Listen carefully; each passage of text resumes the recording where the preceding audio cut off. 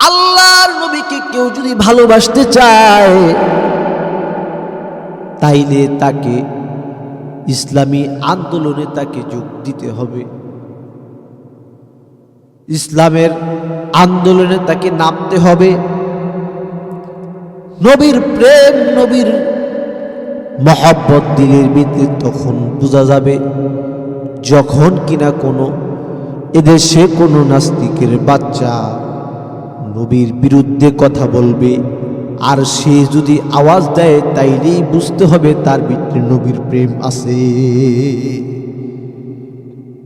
নবীর প্রেম তার ভিতরে আছে কখন বোঝা যাবে? যখন তার ভিতরে ইসলামী আন্দোলনের অনুপ্রেরণা পাওয়া যাবে। নবীর প্রেম, নবীর ভালোবাসা ছাড়া জান্নাতে যাওয়া কোশ্চিনকালেও সম্ভব না। আরে মিয়া, কিছু কিছু নেতা আছে, কিছু কিছু দল আছে যারা নিজের দলকে এত মহব্বত করে, নিজের দলকে এত ভালোবাসে। এত মহব্বত, এত ভালোবাসা যদি নবীর জন্য থাকতো তাহলে আমি আইয়ুবের মন বলে এরা কোশ্চিনকালেও জাহান্নামে যেত না, কোশ্চিনকালেও জাহান্নামে যেত না। যেই পরিমাণ প্রেম দরদ দলের জন্য আছে, ওই পরিমাণ প্রেম দ্বীনের জন্য নাই, নবীর জন্য নাই। অথচ নবীজি ভালোবাসা উম্মত যদি নিজের ভিতরে গ্রহণ না করে, ওই উম্মত খাঁটি কামেল মুমিন হতে পারবে না, পরিপূর্ণ মুসলমান হতে পারবে না। নবীর মোহাব্বত কি পরিমাণ থাকতে হবে, আল্লাহর নবীর মোহাব্বত কি পরিমাণ থাকতে হবে। আল্লাহর নবীর মোহাব্বত দিলের ভিতরে এই পরিমাণ থাকবে, সে সব সময় ময়দানের ভিতরে আওয়াজ দিয়া দিবে আর বলবে, নবীর নামে যদি কোনো মিছিল হয় তাইলে ওই কুলাঙ্গারকে আমরা ছাড় দিব না। সব সময় ময়দানে আওয়াজ দিবে, সরকার তোমরা কাদিয়ানীদেরকে কাফের ঘোষণা করো। যদি কাদিয়ানীদেরকে কাফের ঘোষণা না করো, বাংলার মাটিতে আমাদের শরীরে তাজা রক্ত থাকতে এদেশে কোনো শেখ হাসিনার মতো মানুষের জায়গা নাই। এই আওয়াজ, এই এলান কখন দিতে পারবে? যখন নবীর জন্য দিলের ভিতরে প্রেম জন্মাবে। নবীর প্রেম ছাড়া, ভালোবাসা ছাড়া হওয়া কোশ্চিনকালেও এরকম আওয়াজ জবান দিয়া বের হবে না। এজন্য নবীর প্রেম, নবীর ভালোবাসা, নবীর সুন্নতের প্রতি মহব্বত আনা চাই। আরে নবী সুন্নতকে মহব্বত করবে দূরের কথা, সুন্নত লইয়া তো ঠেলাঠেলি। সুন্নত লইয়া এমন ঠেলাঠেলি, এই যে টুপি পাস করলি, এই টুপি নিয়ে কত গ্রুপিং। কিছু লোক এই টুপিকে দেখলে গাও চুলকায়। আমাদের নারায়ণগঞ্জে ওই দিন এক লোকরে দেখলাম যে পাস করলে টুপি দেখা মাথাটা গরম হইয়া গেছে। আমার কই পাস করলি খারাপ? আমি তো ছোট মানুষ, দেখতে ছোট, ভাবছে মাদ্রাসার ছাত্র পোলাপে খারাপ। আমি আস্তে করে চলে গেছি, কিছু বলি নেই। আমার এক বন্ধু, পরিচিত মানুষ, সেই মসজিদের চাকরির জন্য দীর্ঘ মসজিদে ইন্টারভিউ দিয়েছে। আমার এসে বলল, ভাই পাস করলে টুপি নিয়ে বিপদে আছে। আমি বললাম কেন? বলতেছে এই টুপি নিয়া ইন্টারভিউ সব জায়গায় দিলে গ্রহণ করে। কেন করে না? কিছু কিছু জায়গায় রঙ্গিল টুপি খুঁজে, পাঁচকুল্লি দেখলে চরমনার মনে করে তো রাখে না। আবার কিছু কিছু জায়গায় পাঁচকুল্লি সারা গেলেও রাখে না। এই যে একটা দ্বন্দ্ব, কে কোন টুপি পরবে, কে কোন টুপি পরবে না, এই দ্বন্দ্ব আমাদের ভিতরে এসে গেছে। আমাদের ভিতরে এই দ্বন্দ্ব এসে গেছে। টুপি যে পরে না তাকে নিয়ে কোনো মাথা ব্যথা নাই। আমাদের কি তুই বলে বাঙালি, যাদেরকে দেখলে শয়তান ভয় পায়, তারা হলো আমাদের মতো। আমরা সেই জাতি, যেই জাতি বাঙালি জাতি। টুপি নিয়ে দলাদলি, পাঞ্জাবি লিয়া দলাদলি, পাগড়ি লিয়া দলাদলি, কোরআন নিয়া দলাদলি, নবীর সুন্নতের প্রতি কোনো মহব্বত নাই, নবীর সুন্নতের কোনো অনুসরণ নেই। ইদানিংকালে বহু পিতা তার সন্তানকে টুপি ক্রয় করে দেয় না, ক্যাপ কিনে দেয়, ক্যাপ ক্যাপ হ্যাঁ ক্যাপ কিনে দেয়, শার্ট কিনে দেয়, পাঞ্জাবি কিনে দিতে সে পারে না। সেই মৌকা তার নসিব হয় না। অথচ পাঞ্জাবি সন্তানকে পড়ায় দিয়া বলবে, এই সন্তান এটা তোর নবীর সুন্নাহ, তুই এটা কি পরবি। এই সন্তান তোর মাথায় টুপি দিলাম, তুই এই টুপি পরবি, এটা নবীর সুন্নাত। কিন্তু এই সুন্নত তো আমাদের সন্তানদেরকে আমরা আর চিনাই না। অথচ আমাদের সন্তানদেরকে মিয়া খেলোয়াড়ের নাম সন্তানরা পট পট পট পট করে মুখস্থ পারে, কিন্তু নবীর নাম বলতে পারে না। পাঁচজন নবীর নাম জিজ্ঞেস করলে আমাদের সন্তানরা বলতে পারবে না। চারজন খলিফা নাম জিজ্ঞেস করলে বলতে পারবে না। তার 100-400 হিন্দি সিনেমা তার মুখস্থ। এ হলো আমরা মুসলমান। আস্তাগফিরুল্লাহ। এ হলো আমরা মুসলমান জাতি। আমাদের তো আর সেই নবীজির অনুসরণ আমাদের মাঝে নেই। নবীজির অনুকরণ আমাদের মাঝে নাই। আমরা আমাদের সন্তানদেরকে নবীর পরিচয় শিখাই না।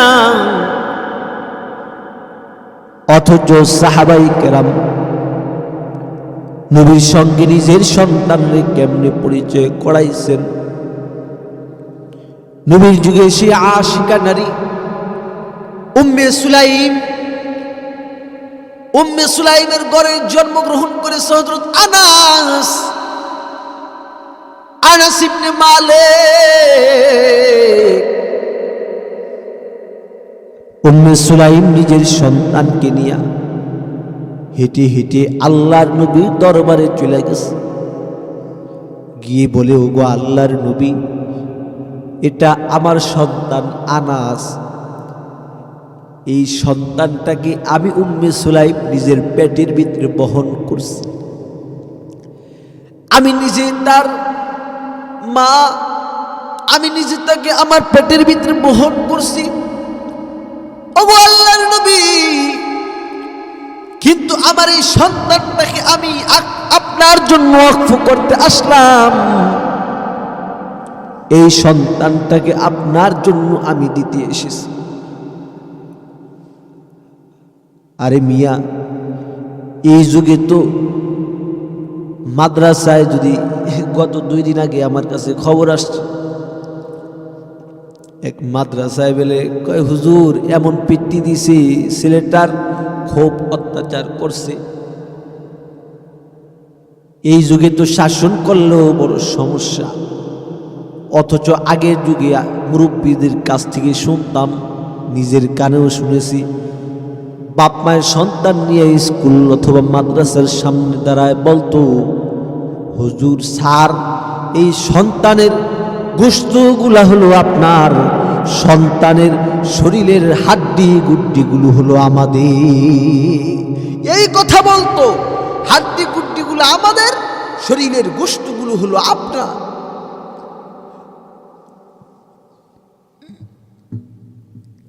সন্তানদেরকে দিয়া খেদমত নেওয়া যায় না, অথচ নবীর সেই 10 বছরের খাদেম আনাস ইবনে মালিক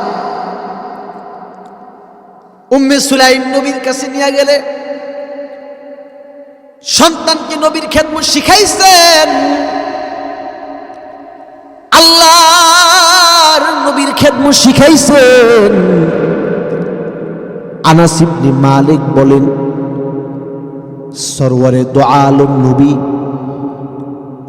খেদমত আমি আনাস 10 বছর করছি, কিন্তু 10 বছরের ভিতরে আমার মা কোনোদিন আমাকে বলে নাই, আনাস আজকে বাড়িতে ভালো খাবার রান্না করেছে, যাইস খাইস, যা খাওয়া দাওয়া করবি, এই কথা কোনোদিন বলে নাই।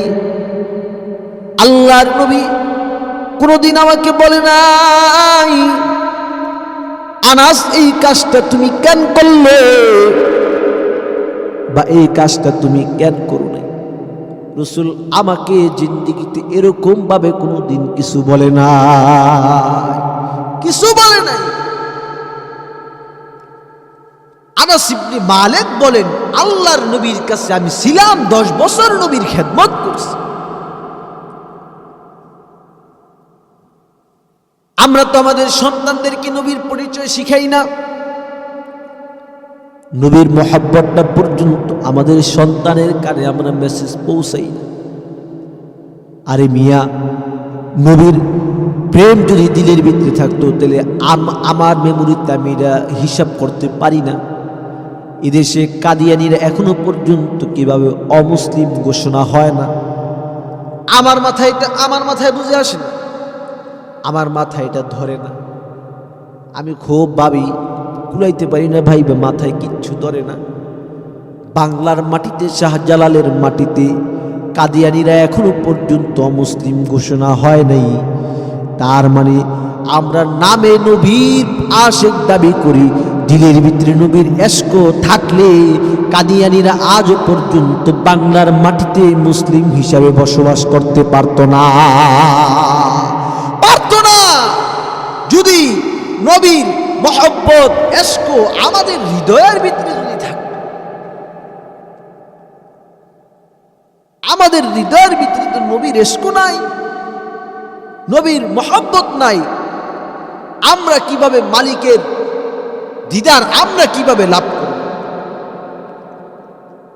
অথচ আল্লাহ তাআলা বলেন, কুল কুনতুম তুহিব্বুনাল্লাহ,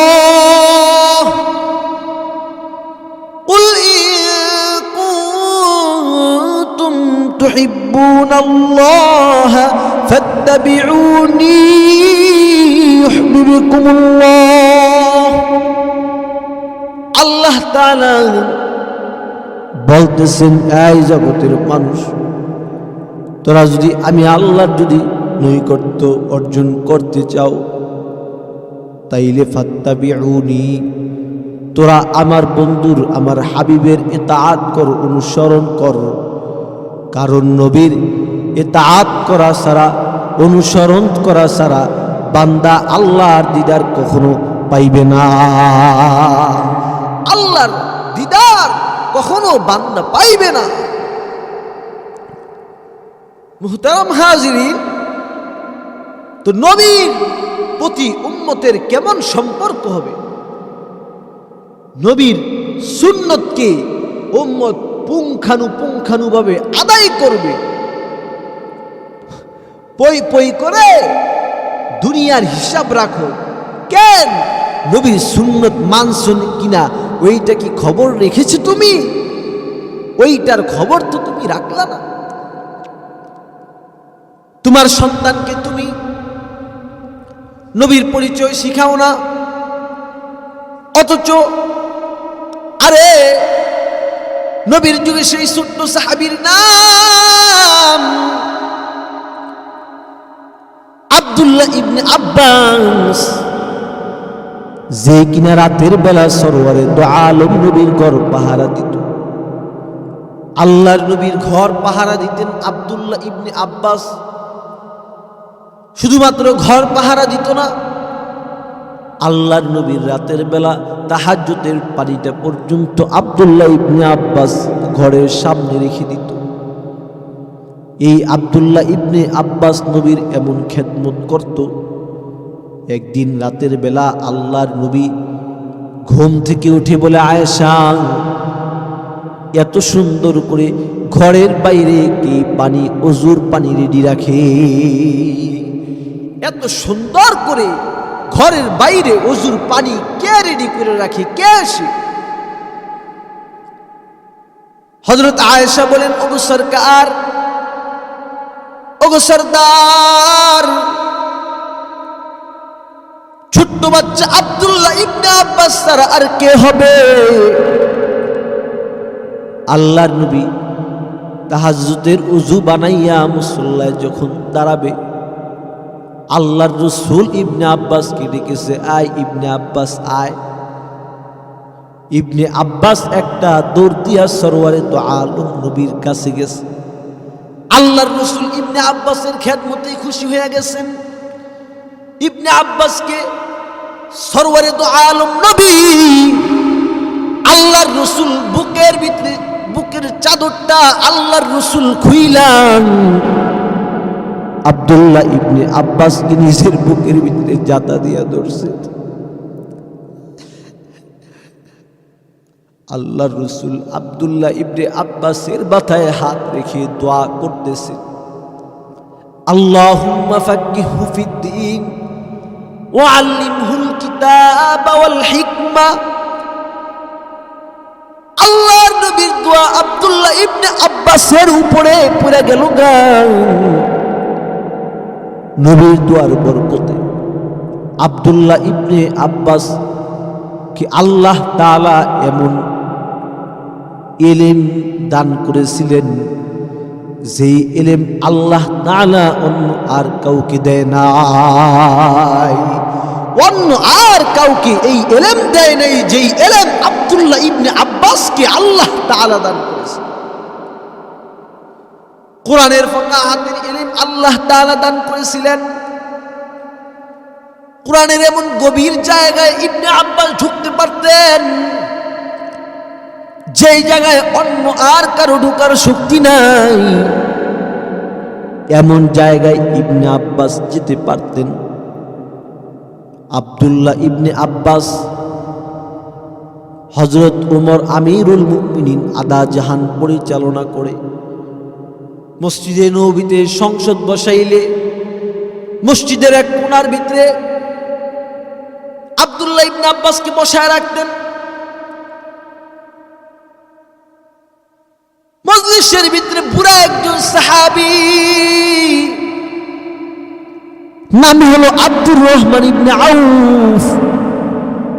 আব্দুর রহমান ইবনে আউফ বলে, আমিরুল মুমিনিন, বুড়ারা এই মজলিসের ভিতরে বসা থাকি, আর আমাদের মজলিসের কোনায় একটা বাচ্চাকে বসায় রাখেন।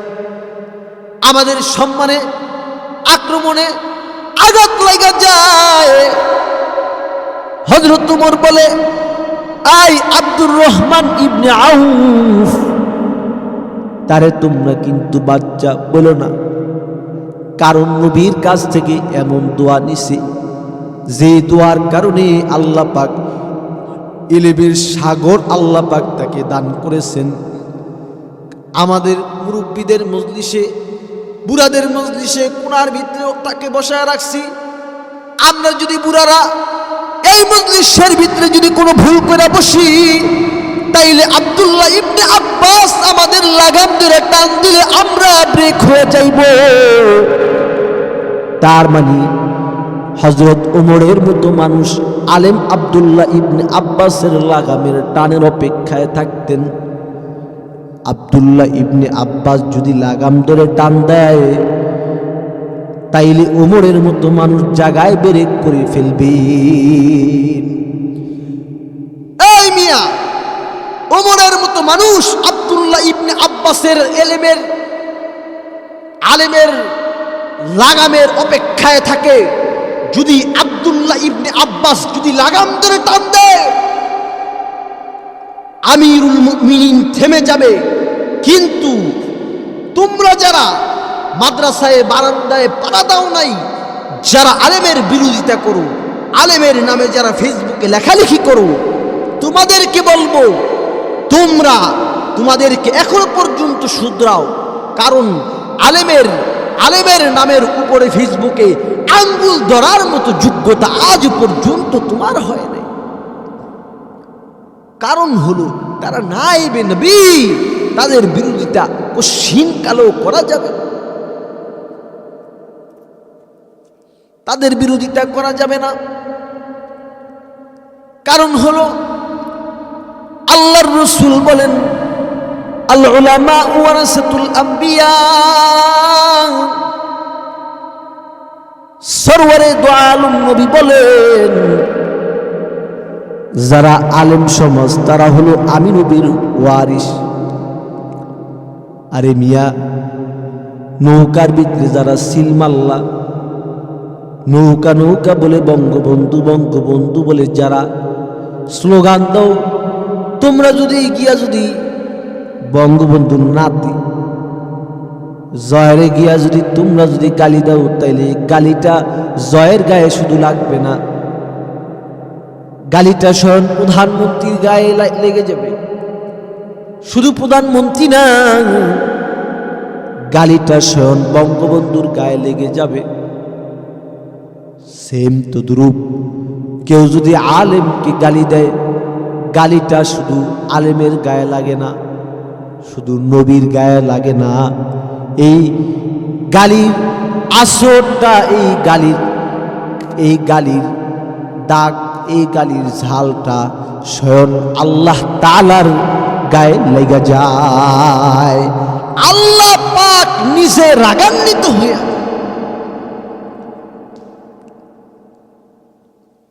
কারণ আল্লাহ তাআলা আলেমদেরকে খুব ভালোবাসে, আর আলেমরা হলো নবীর ওয়ারিস। আর নবীকে ভালোবাসতে চাইলে আলেমকে শ্রদ্ধা করতে হবে, সম্মান করতে হবে।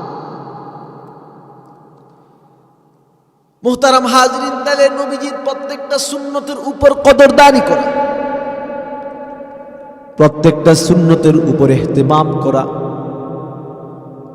আজ থেকে বাড়িতে গিয়া সবাই নিজের বাচ্চার টুপি কিন্না মাথায় পড়ায় দিয়া বলবেন, বাবা এটা কিন্তু তোমার নবীর সুন্নত। পাঞ্জাবি শরীরে পড়ায় দিয়া বলবেন, এটা তোমার নবীর সুন্নত। সন্তানের ব্রাশ ক্রয় করে দিলেন, দামি দামি ব্রাশ ক্রয় করে দিলেন, কিন্তু কোনোদিন সন্তানের হাতে একটা মেসওয়াক দিয়া বলেন নাই, বাবা এটা তোমার নবীর সুন্নত। সন্তানকে কত ব্যাসলাইট পরায় দিলেন, গলার ভিতরে কত মালা পরায় দিলেন, কিন্তু সন্তানের হাতে কোনোদিন তসবি দিয়া বলো নাই, বাবা এই তসবিটা নিয়ে তুমি তোমার মাওলার জিকির করবা। এই তালিম তো আপনি দেন নাই। অথচ নবী পাকের সুন্নতের কত দাম।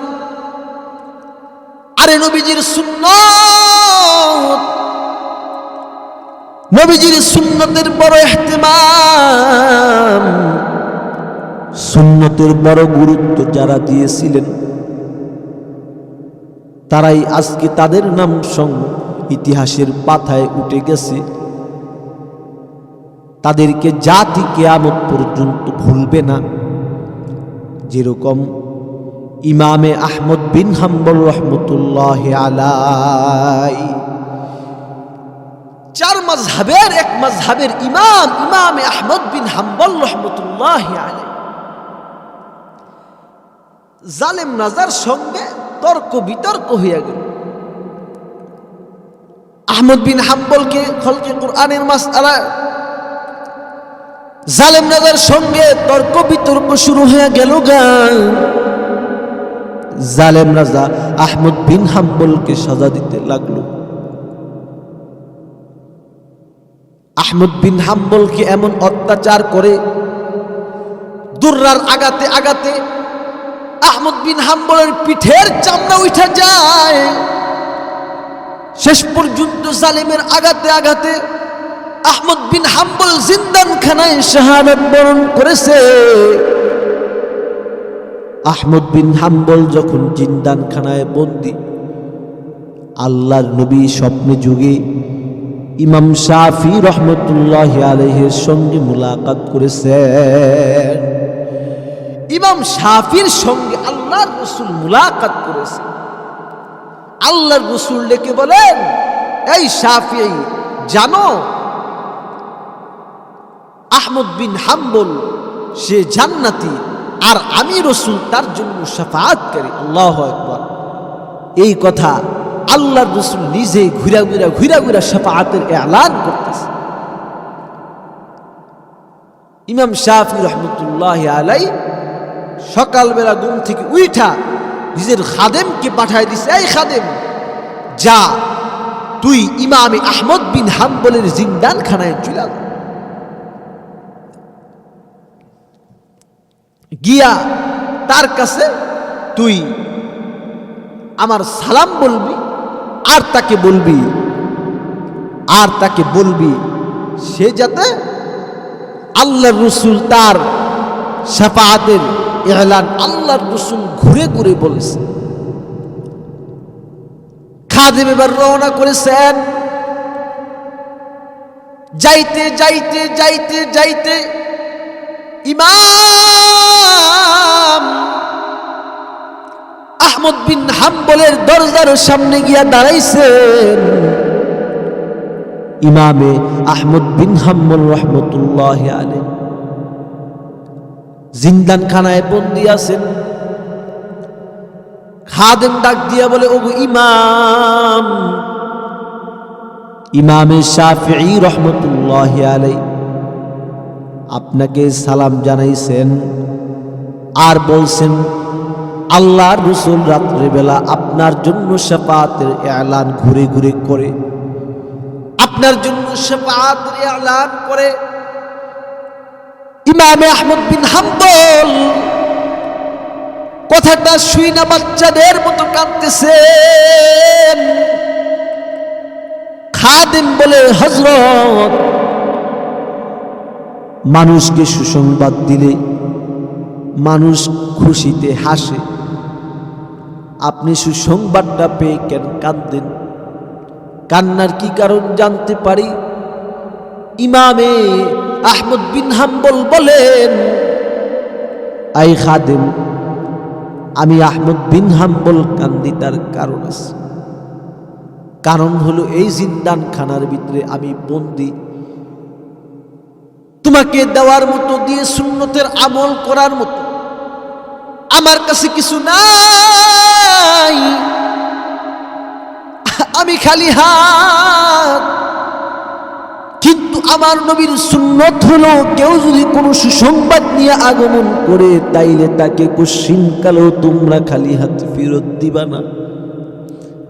তোমাকে আমি কি হাদিয়া দিয়া সুন্নতের আমলটা করব তুমি বলো? খাদেম বলে, ইমাম, আমাকে কিছু দিতে হবে না। ইমামে আহমদ বিন হাম্বল বলেন, এরে খাদেম, আমি জিন্দানখানার ভিতরে থাইকাও আমার নবীর একটা সুন্নতকে আমি ছাড়ব না। ইমামে আহমদ বিন হাম্বল এই কথাটা বইলাম নিজের গায়ের জুব্বা জামাটাকে টান দিয়ে খুলে ফেলেছেন। আর ডেকে বলে, এরে খাদেম, যা যা, এ যাবৎ পর্যন্ত জালেমের দৌড়ার আঘাতে আমার জালেমের চাবুকের বাড়িতে বাড়িতে আমার জামাটা ছিঁড়া গেছে, কিন্তু এই ছিঁড়া জামাটা আমি তোকে হাতিয়ে দিয়ে দিলাম। এই জামাটা তুই সিরা জামা আর পুরান জামা মনে করে তুই অবহেলা করবি না। ইমামে আহমদ বিন হাম্বল নিজের গায়ের জামাটা জুব্বাটা খুইলা হাদিয়া দিলেন। খাদেম আহমদ বিন হাম্বলের গায়ের জুব্বা পাইছে আশিকে রাসূল। আহমদ বিন হাম্বলের গায়ের জুব্বা পাইছে, 7 রাজার ধন পেয়েছেন। এই জুব্বাটা মুখে লাগায়, বুকে লাগায়, চুমা খেয়ে খাদেম কানতে কানতে ইমামে শাফিঈর দরবারে চলে যায়। ইমামে শাফিঈ রহমতুল্লাহি আলাইহি ডাক দিয়া বলে, খাদেম আহমদ বিন হাম্বলের জিন্দানখানায় চলে গেছো। ইমামে আহমদ বিন হাম্বল তোমাকে কি দিয়েছি, তোমাকে কি হাদিয়ে দিয়েছে? খাদেম বলে, হযরত আপনি আমার সঙ্গে আহমদ বিন হাম্বলের জেলখানায় যান নাই, সে আমাকে হাদিয়া দিছে, এটা আপনি বা কি করে জানলেন? ইমামে শাফিঈ বলেন, এরে খাদেম, আহমদ বিন হাম্বল বড় একজন আশিক রাসূল, সে বুঝি তোমাকে নবী পাকের সুন্নতের আমল ছাড়াই তোমাকে বিদায় দিয়েছে? না, এটা হতে পারে না। কি দিয়েছে দাও বলো। খাদেম নিজের মাথার থেকে জুব্বাটা নামায় বলে, এ যাবৎ পর্যন্ত ইমামে আহমদ বিন হাম্বলকে জালেমরা চাবুক মেরেছে। আগে চাবুকের বাড়িটা জামা স্পর্শ করেছে, তারপরে শরীরের ভিতরে স্পর্শ করছে, কিন্তু ইমাম আহমদ বিন হাম্বল নবীজির সুন্নতের আমল ছাড়তে পারবে না। তাই ইমাম নিজের গায়ের জুব্বা জামাটা টান দিয়া খুইলা আমি গোলাম, আমি খাদেমকে হাদিয়া দিছে। হয়তো আগামী কাল থেকে জালেমের প্রত্যেকটা চাবুকের আঘাত তার চামড়া স্পর্শ করবে।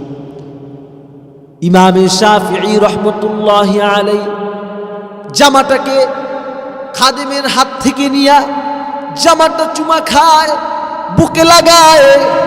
ইমামে শাফিঈ রহমতুল্লাহি আলাইহি একবার ঘরের ভিতরে চলে যায়, আরেকবার বাহিরে আসে, একবার ভিতরে যায়, আবার বাহিরে এসে এক পর্যায়ে জামাটা খাদেমকে দিয়ে দেয়, যা তোর জামা তুই লিয়া যা। খাদেম জামাটা হাতে নিয়ে বলে, হযরত জামাটা যখন দিছিলাম তখন ছিল জামাটা শুকনা, এখন জামাটা ভিজা, এই জামাটা ভিজাইয়া আপনি কি করেছেন? ইমামে শাফিঈ রহমতুল্লাহি আলাইহি ডাক দিয়ে বলে, এরে খাদেম, আশিক রাসূল আহমদ বিন হাম্বলের গায়ের জুব্বা ভিজা পানি ঘরের ভিতরে বোতলজাত করে রেখে দিলাম, মৃত্যুর পূর্বে নিজের আপনজনদেরকে বলে যাব, আশিক রাসূল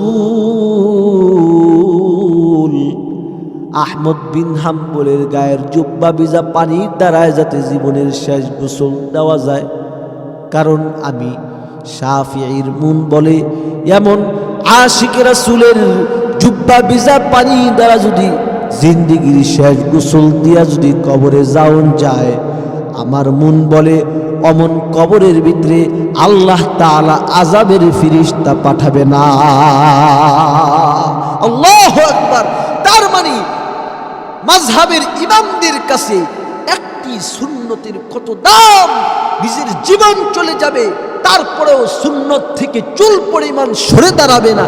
এই মিয়া, আজকে আমরা ডাইনিং টেবিলে খাবার খাওয়া শিখেছি সেই ইউরোপের সেই পাচ্চের আর লাল চামড়ার গোষ্ঠীদের কাছ থেকে, মডেলিং আধুনিকতা শিখে শিখে আমরা নবী পাকের প্রতিটি মূল্যবান দামি দামি জলিল কদর সুন্নতকে ছেড়ে দিচ্ছি।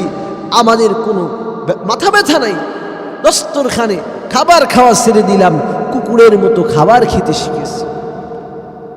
অথচ উচিত তো ছিল নবীজির প্রত্যেকটা সুন্নতের উপরে উম্মত জিন্দা থাকবে, কারণ হলো নবীজির সুন্নতের কত দাম। কোন লোক যদি মিসওয়াক করে তাইলে ওই বান্দা যদি ওযু করার আগে যদি মেসওয়াক করার বরকতে আল্লাহ পাক তার মৃত্যুটা ঈমানের হালতে দান করেন। আল্লাহু আকবার। তার মানে তার মৃত্যুটা ঈমানের হালতে হবে। যেই বান্দা মেসওয়াক করবে, আরে কেন ঘটনা শুনো নাই, যুদ্ধের ময়দানে সাহাবীরা মিসওয়াকের আমল করতেছে,